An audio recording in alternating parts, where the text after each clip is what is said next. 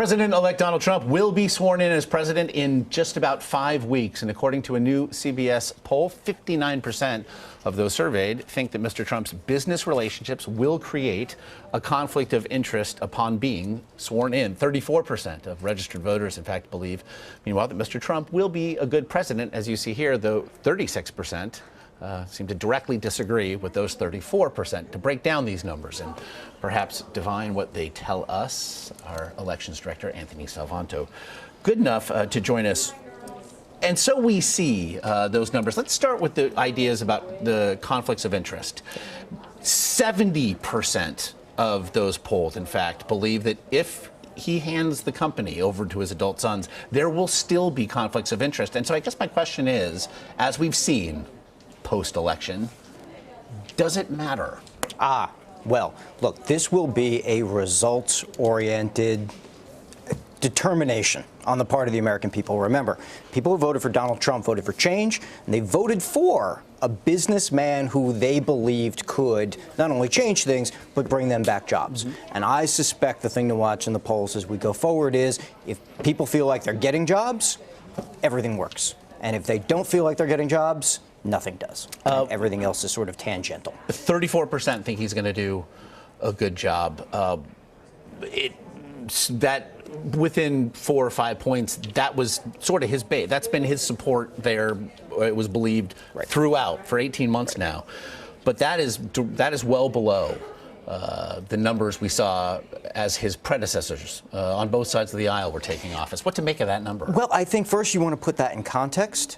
This was obviously a really divisive election, so it looks a little bit more like 2000, where coming out of that really divided election, you didn't have as many people from the other party who were willing to be optimistic or say they thought that he would do a good job. I mean, if folks were looking for America's sort of collective group hug here, let's put it all behind us, that ain't happening just yet, right? What we've got is Democrats who overwhelmingly think they're not optimistic, they don't think he'll be a good president, and Republicans who say that they are and that he will be. So that's the underlying numbers behind those numbers. That's why they're so low, because Democrats overwhelmingly say no, they don't think he'll be a good president. And I wonder about your personal feeling here, because in a way, there's a meta sense that polling has become a grist for the mill here, because I can read the tweet, perhaps not yet crafted.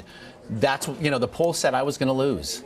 Yeah. Look, first of all, there's no likely voters in this poll. This is all Americans. There's no changing of minds or undecided voters. So in that sense, everyone should know it's very different from a pre-election poll. But look, what you want to do now, as you wanted to do, frankly, before the election, is dig in a little bit and see that there are, in fact, these divisions. That was what was underpinning the pre-election, and that's still what's underpinning them now. So is that also how to explain the numbers we see, the approval numbers of his cabinet picks thus far, also markedly far below that of Presidents Obama and Bush? Yes. So you've got that split, but then you've also got, frankly, a lot more attention to them. In the past two administrations, one could argue that the people chosen had been in government or had been in, circles of government, and they were sort of familiar to people. This is change. I mean, these folks are different coming in. So for Donald Trump's voters who voted for that business acumen, that's different, but it's also getting a lot more attention. And anything these days that gets a lot of attention then gets a lot of division. When you see numbers anywhere above 60% in polls such as these, they make me take note. 60% would like to see the tax returns. However, if that number was 99%, right, what change is affected? Again, it's going to be results-oriented. If he doesn't release his tax returns and the people who voted for him feel like the economy's getting better, and you already start to see some of that optimism, then whatever works. No tax returns becomes a business as usual. It's business as usual. Here's another aspect of change, right? So people can say, well, that's change. That's different. Okay, we voted for that. We voted for that kind of change. So again, if it all comes out at the end. If you're getting, the voter, if you're getting what you wanted, make it work. Get you out of here in this one then. 60% also believe that President-elect Donald Trump is tweeting too much. And that's one place, excuse me, where you see a little bit more agreement between Republicans and Democrats. There's a sizable 4 in 10 of Republicans who say it's too much as well.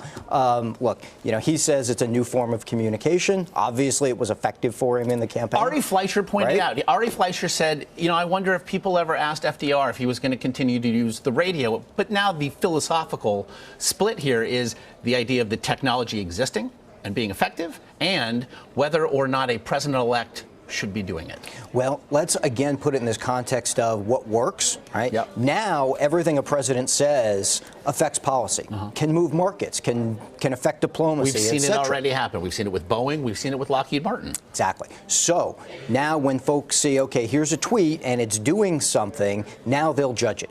And now they'll say, okay, either it's affecting things my way or a good way and it's okay, or it's not affecting things or it's affecting things detrimentally, and now, hey, maybe it's too much. But that test is still sort of sitting out there. There's clearly a belief, though, by the president-elect that this is a medium where he can influence, where a medium that was very vital, I'm sure, to his victory.